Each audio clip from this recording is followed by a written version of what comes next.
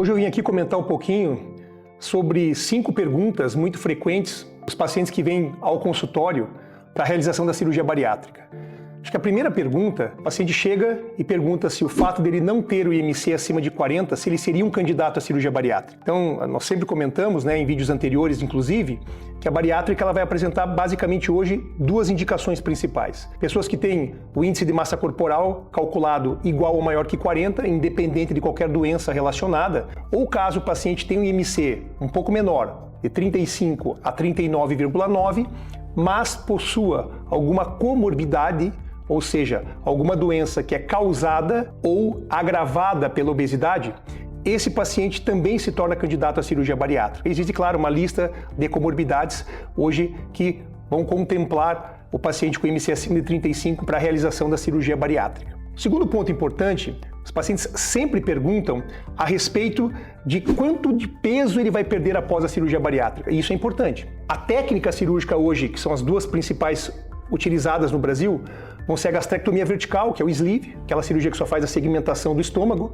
e também o bypass, que ainda é no Brasil a cirurgia mais utilizada. Eles vão ter perdas de peso diferentes.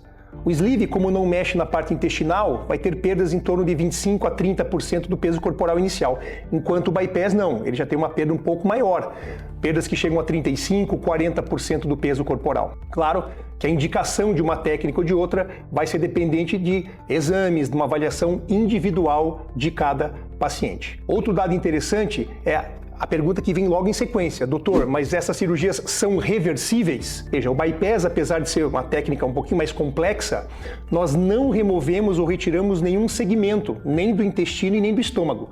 Existe apenas uma modificação gástrica e intestinal. Então o bypass pode ser revertido. Ele é uma cirurgia reversível. Porém, a reversão é muito incomum, ela só é realmente realizada em casos de desnutrição, hoje que não é uma coisa comum no dia a dia médico e também é visto nos pacientes no período pós-operatório, desde que ele faça o segmento pós-operatório adequado. Já a gastrectomia vertical, apesar de ser uma cirurgia que altera um pouco menos o processo digestivo, ela tira um segmento do estômago. Então essa cirurgia ela não é reversível, mas porém, esse paciente ele tem um processo digestivo inalterado, então dificilmente esse paciente vai necessitar de alguma forma de reversão cirúrgica para um estômago normal no futuro. Outro dado interessante seria relacionado, que essa seria outra pergunta, como seria a recuperação no período pós-operatório? Então essa recuperação no período pós-operatório, como ela é e quanto tempo ela demora? Então isso a gente ouve diariamente no consultório. Primeiro, o paciente ele passa pelo procedimento cirúrgico, recuperado, opera num dia e vai embora no outro dia para casa. Tem um período de convalescência, como qualquer outra cirurgia, mas a bariátrica vai exigir alguns cuidados relacionados à dieta. Então existe a fase líquida, a fase liquidificada, a fase já pastosa, até depois em cerca de 30 dias, chegar numa alimentação completa.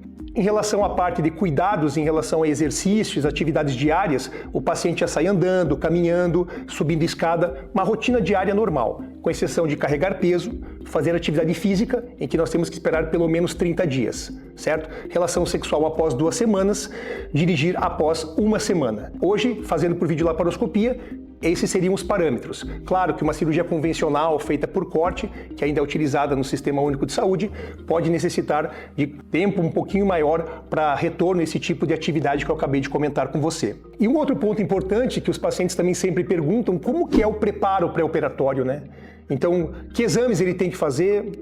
Então isso hoje é norteado por um protocolo, feito pela Sociedade Brasileira de Cirurgia Bariátrica e Metabólica, onde o paciente ele passa por uma avaliação completa com exames de sangue, faz toda a parte de avaliação endoscópica e digestiva por endoscopia, ultrassonografia, vai fazer avaliação cardiológica para determinar o risco cardíaco que esse paciente tem e também passar por avaliações especializadas. Então, além do cardiologista, que é habitual em qualquer procedimento cirúrgico, vai ter um preparo psicológico, nutricional e passa-se também com um endocrinologista, que é o médico clínico que cuida de obesidade, onde ele vai então analisar o seu caso e ratificar, ou seja, concordar com a indicação da cirurgia.